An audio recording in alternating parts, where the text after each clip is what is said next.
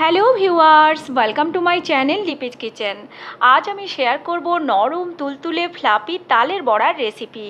যে পদ্ধতিতে আজ আমি তালের বড়া বানাবো তাতে করে খেতে কিন্তু ভীষণ টেস্টি হবে। আশা করছি আপনাদের খুব ভালো লাগবে।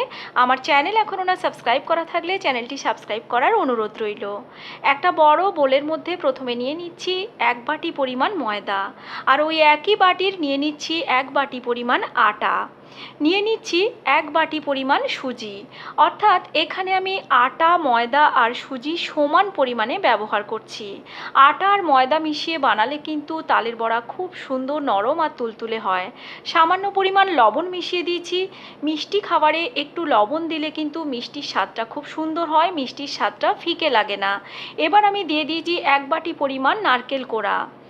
আমি আটা, ময়দা, সুজি মিলিয়ে 3 বাটি নিয়েছি, তাই এখানে 1.5 বাটি পরিমাণ আমি চিনি মিশিয়ে দিয়েছি। চিনির পরিমাণটা আপনারা নিজেদের পছন্দ অনুযায়ী সামান্য কমিয়ে বা বাড়িয়েও দিতে পারেন।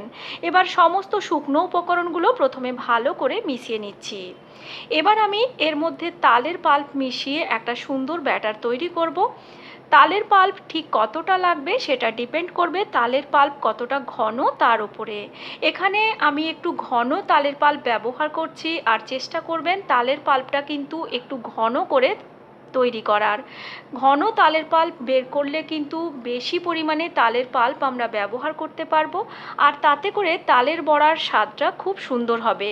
বেশি পরিমাণ তালের পাল্প ব্যবহার করলে তালের যে সুন্দর একটা স্বাদ আর মিষ্টি গন্ধ তালের বড়ার মধ্যে ভালো করে পাওয়া যাবে। এখানে প্রায় আমি 3.5 বাটি মতো তালের পাল্প ব্যবহার করছি, আর তালের পাল্পটা পুরো দেওয়ার পর ভালো করে মেখে নিয়ে আপনাদের দেখাচ্ছি এর ঘনত্বটা ঠিক কেমন হবে। দেখতেই পাচ্ছেন আমি আরও হাফ বাটি মিশিয়ে দিলাম। টোটাল 3.5 বাটি তালের পাল্প আমি মিশিয়ে দিয়েছি। খুব ভালো করে মিশিয়ে দিতে হবে, যেহেতু চিনি আছে, চিনির দানাটা যাতে মিলে যায় সেই জন্য ভালো করে একটু হাত দিয়েও ফেটিয়ে নেব। হাত দিয়ে মাখলে খুব ভালো করে মাখা যাবে, তাই আমি ভালো করে হাত দিয়ে মেখে নিচ্ছি যাতে চিনির দানা খুব তাড়াতাড়ি সুন্দরভাবে গুলে যায়। দেখে আশা করি আপনারা বুঝতে পারছেন আমার ব্যাটারটা কেমন তৈরি হয়েছে। তবে যেহেতু এখানে সুজি আছে, সুজির দানাগুলো যাতে ফুলে যায় তাই এরা প্রায় 10 থেকে 15 মিনিট আমি ঢাকনা বন্ধ করে রেখে দেব, সুজির দানাগুলো ফুলে যাওয়া পর্যন্ত। সুজি দিলে তালের বড়া বেশ সুন্দর মুচমুচে হয়। দেখুন আমি ঢাকনা খুলেছি।